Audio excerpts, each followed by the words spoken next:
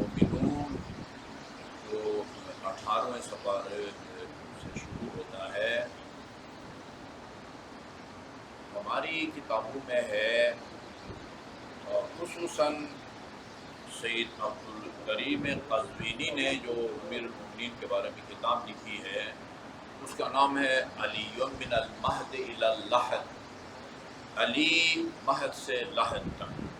اسی طرح حضرت زہرا کے بارے میں بھی لکھی ہے، جناب زینب کبریٰ کے بارے میں لکھی ہے، امام زمان کے بارے میں بھی لکھی ہے، اور تقریباً اسی نام سے۔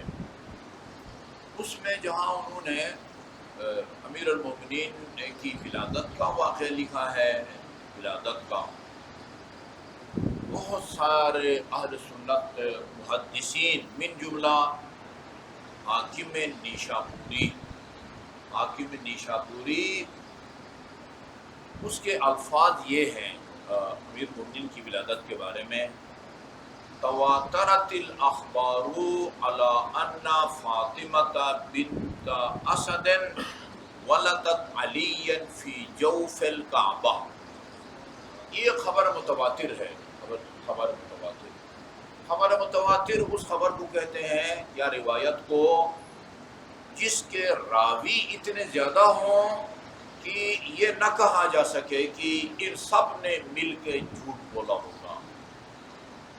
میں بہت دفعہ یہ مثال دیتا ہوں، بہت سارے ممالک جو ہم نے نہیں دیکھے، امریکہ ہم میں سے بہت سے نہیں دیکھا، یو کے ہم میں سے بہت سے نے نہیں دیکھا، جرمنی، جاپان وغیرہ، لیکن ان کے بارے میں خبریں اتنی ہیں، اخبارات میں، پرنٹ میڈیا، الیکٹرانک میڈیا، کوئی سوچ نہیں سکتا کہ یہ سب جھوٹ بولتے ہوں گے۔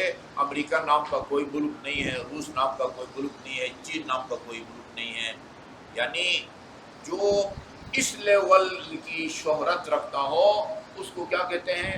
خبریں متواتر۔ وہ کہتے ہیں کہ اس بات پر، اس واقعے پر خبر متواتر ہے کہ فاطمہ بنت اسد نے کعبہ کے وسط میں اور سینٹر میں حضرت علی کو جانا۔ یہ ان کے ہاں یعنی درجن سے زیادہ ان کے محدثین نے اس واقعے کو لکھا ہے۔ اچھا جی، انہوں نے لکھا ہے عبدالکریم قزوینی نے کہ حضرت علی نے ولادت کے فوراً بعد سورہ مومنین کی تلاوت کی خانہ کعبہ کے اندر۔ ولادت کے فوراً بعد، وہ جس طرح حضرت عیسیٰ کی جب ولادت ہوئی اور لوگوں نے حضرت مریم کے عفت اور پاکدامانی کے بارے میں شکوک کی شبہات کا پیدا کیا، آپ تو شادی شدہ بھی نہیں ہے، یہ بچہ کہاں سے آ گیا؟ حضرت مریم نے حضرت عیسیٰ کی طرف اشارہ کیا، زبان سے کچھ بھی نہیں کہا، فاشارت الیہ، حضرت عیسیٰ کی طرف اشارہ کر کے فرمایا گویا یہ خود میری پاک دامنی کی گواہی دے گا۔ قرآن میں ہے قال انی عبداللہ، میں اللہ کا بندہ ہوں، وآتانی الکتاب، تمہاری ہدایت کے لیے خدا نے مجھے کتاب بھی دی ہے، وجعلنی نبیا، مجھے نبی بنا کے بھیجا ہے۔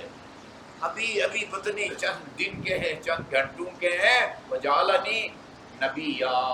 اچھا، سورہ مومنین یہاں سے شروع ہوتا ہے، قد افلح المؤمنون الذین هم فی صلاتهم خاشعون۔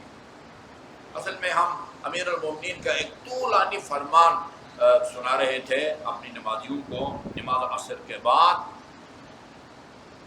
کشکول سمجھے اس کو، کشکول جس میں ہر چیز موجود ہے، اخلاقیات ہیں، عقائد ہیں، فرائض ہیں، آداب زندگی ہیں۔ ایک نشست میں 400 اہم اصول زندگی بتائے گئے۔ ایک نشست میں وہ سامعین بھی اتنے باحوصلہ تھے کہ اول سے لے کر آخر تک امیر المومنین کے کلام کو سنتے رہے۔ 400 سے زیادہ اصول زندگی، دنیا اور آخرت میں کامیابی کے اس سنہرے اصول آپ نے بیان کیے ہیں۔ ان میں سے اب یاد نہیں ہے کہ ہم کہاں تک پہنچے تھے، ہاں بہرحال ایک جگہ سے میں شروع کر رہا ہوں اور تمہید کے طور پر یہ سورہ مومنین کی میں نے تلاوت کی ہے. قد افلح المومنون الذین هم فی صلاتهم خاشعون. روز قیامت وہ مومن کامیاب ہوں گے، جنت میں جائیں گے جو اپنے نماز میں خشوع اور خضوع سے پیش آتے ہیں. خشوع اور خضوع، نہ ان کے افکار ادھر ادھر منتشر ہوتے ہیں، نہ ان کے ہاتھ پاؤں وغیرہ حرکت میں ہوتے ہیں. ہوتا نہ کبھی داڑھی سے چڑھا، کبھی یوں کیا، کبھی یوں کیا، نہیں ایسا بھی نہیں ہے. اور پھر ان کے دل و دماغ بھی دکان میں یہاں آفس میں نہیں ہے، ہمتن اللہ تعالیٰ کی طرف متوجہ ہے. الذین هم فی صلاتهم خاشعون والذین هم للزکاة فاعلون. اگر ان کے ذمے زکوٰۃ ہے وہ زکوٰۃ بھی ادا کرتے ہیں. والذین هم لعہدہم واماناتہم راعون. یہ اس سے علی امیر المومنین نے جو اصول دیا ہے، جس اہم فریضے کی طرف اشارہ کیا ہے، اس کا قرآن میں ذکر ہے. والذین هم لعہدہم واماناتہم راعون. اچھا، وہ مومنین کامیاب ہوں گے اگر کسی سے وعدہ کرتے ہیں تو وعدہ خلافی نہیں کرتے. وعدہ خلافی، عہد شکنی جائز نہیں ہے. کسی سے وعدہ کر کے اس کو پورا نہ کرنا حرام ہے.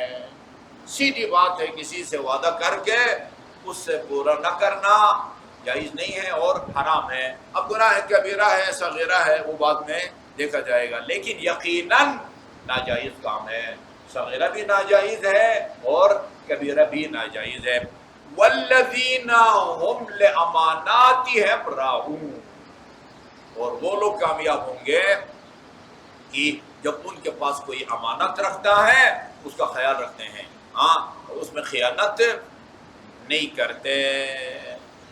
امانت میں خیانت نہیں کرتے.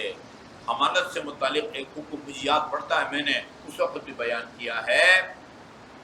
کسی نے آپ کے پاس کوئی چیز امانت رکھی ہے، پیسہ رکھا ہے، موبائل رکھا ہے، مکان رکھا ہے، گاڑی دی ہے، کمپیوٹر، آپ کی ذمہ داری اس کی حفاظت ہے. مالک کی اجازت کے بغیر آپ اس کو استعمال نہیں کر سکتے. ٹھیک ہے جی، مالک کی اجازت کے بغیر امانت کو اس کو استعمال کرنا جائز نہیں ہے. اگر آپ نے اس امانت کی حفاظت میں کوئی کوتاہی نہیں کی ہے، اس امانت کی اس طرح آپ نے حفاظت کی ہے جس طرح اس کی حفاظت کی جانی چاہیے. گاڑی آپ کے پاس کسی نے امانت رکھی ہے، اس کی حفاظت کس طرح کی جاتی ہے؟ ایسی باہر سڑک پر کھڑی کریں گے تو آپ اس کی حفاظت نہیں کی، کوئی جو ہے نا وہ حلق کھولے گا اور لے جائے گا. اس کی حفاظت کا کیا طریقہ ہوتا ہے؟ گراج میں رکھو. جہاں اپنی گاڑی کو محفوظ رکھتے ہیں وہاں. اچھا جی، اسی طرح ایک انتہائی قیمتی 1,00,000-2,00,000 کا موبائل آپ کا امانت رکھا ہے اس نے، اس کی حفاظت کا کیا طریقہ ہے؟ ایسی گھر کی دیوار پر رکھیں گے تو آپ اس کی حفاظت کی ہے؟ نہیں، ایسے ہی کوئی راہ گزر اس کو اٹھا کے لے جائے گا. جو چیز بھی آپ کے پاس امانت رکھی ہے، اگر اس کی اس طرح آپ نے حفاظت کی ہے اور کوتاہی نہیں کی جس طرح اس کی حفاظت کی جانی چاہیے، اور پھر بھی اپنے گراج میں اپنی گاڑی کے ساتھ آپ اس کو کھڑی کی تھی، امانت کی گاڑی کو. اچھا جی، رات کو چور آئے، دروازہ توڑا، وہ آپ کی گاڑی پرانی تھی اس کو چھوڑا اور دوسروں کی امانت وہ نئی تھی 0 میٹر، ہاں اس کو اڑا کے لے گئے. یہاں آپ کی کیا ذمہ داری ہے؟ یہاں ہمیں معصوم نے فرمایا ہے ما علی الامین الا الیمین. اگر امانت کی آپ نے اس طرح حفاظت کی ہے جس طرح اس کی حفاظت کی جانی چاہیے، پھر بھی اگر ضائع ہو گئی ہے تو آپ اس کے ذمہ دار نہیں ہیں. زیادہ زیادہ اگر کیس چلتا ہے کسی حاکم شرع کے پاس، آپ قسم کھا سکتے ہیں کہ میں نے اس کی حفاظت میں کوئی کوتاہی نہیں کی، پھر آپ ذمہ دار نہیں ہیں. یہ قانون ہے ما علی الامین الا الیمین، یمین قسم کو کہتے ہیں، امین جس کے پاس آپ کوئی چیز امانت رکھتے ہیں، ما علی الامین، یہ یاد رکھیں کہ اس امانت کی جس طرح حفاظت کی جانی چاہیے تھی اس طرح کی حفاظت میں آپ نے کوتاہی اگر نہیں کی، پھر بھی جو ہے وہ چور اٹھا کے لے گئے ہیں تو آپ اس کے ذمہ دار و ضامن نہیں ہیں۔ زیادہ سے زیادہ آپ سے کہا جائے گا اچھا تم قسم کھاؤ کہ تم نے اس کی حفاظت میں کوتاہی نہیں کی۔ اچھا جی، یہ امانت کا حکم ہے۔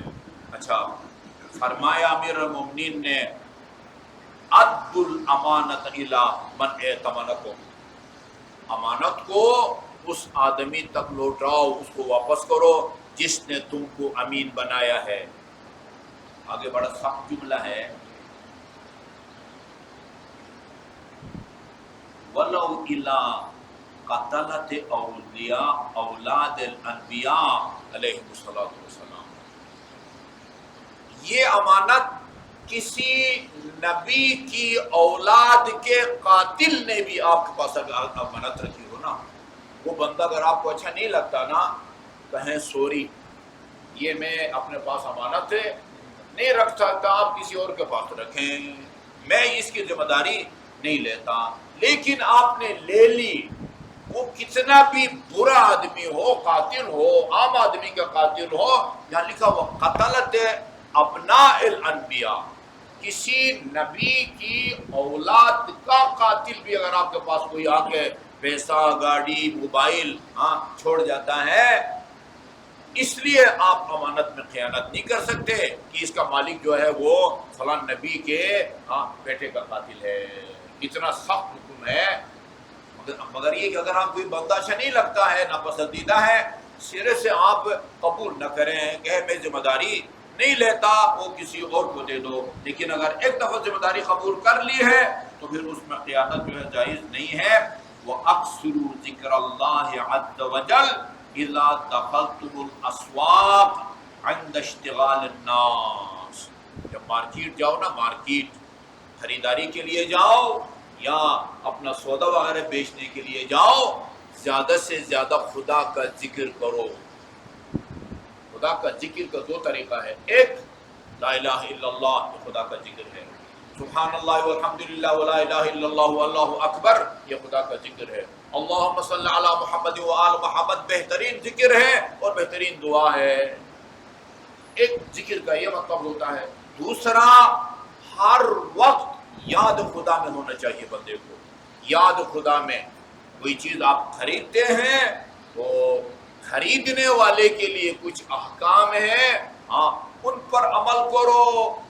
بیچنا چاہتے ہو تو تجارت کرنے والے کے لیے کچھ احکام ہیں شریعت کے، ان کا خیال رکھو۔ یعنی خریداری کے وقت بھی خدا تم کو یاد ہونا چاہیے کہ احکام الہی کی خلاف ورزی نہ ہو، اور وہ فروخت کرتے وقت، مال بیچتے وقت بھی ہر وقت اللہ یاد ہونا چاہیے۔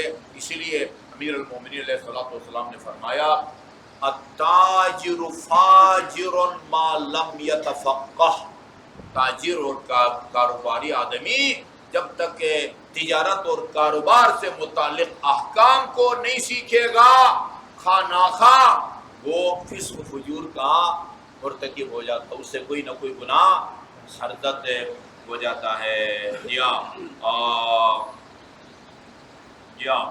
اسواق، اچھا بازار میں چاہے شاپنگ کے لیے جاؤ یا اپنا مال بیچنے کے لیے جاؤ، کثرت سے خدا کا ذکر کرو۔ اس کا فائدہ کیا ہوتا ہے؟ فَإِنَّهُ كَفَارَةٌ لِلذُّنُوبِ، یہ کثرت سے خدا کا ذکر یہ گناہوں کے لیے کفارہ ثابت ہوتا ہے، اس کے نتیجے میں اللہ تعالیٰ گناہوں کو بخشتا ہے۔ وَزِيَادَةٌ فِي الْحَسَنَاتِ، انسان کی نیکیوں میں اضافہ ہوتا ہے، اور وَلَا تُكْتَبُوا فِي الْغَافِلِينَ، اور تم کو اللہ تعالیٰ غافلوں کی لسٹ میں تمہارا نام اللہ تعالیٰ نہیں لکھے گا۔ وصلی اللہ علی محمد وآلہ وصحبہ اجمعین۔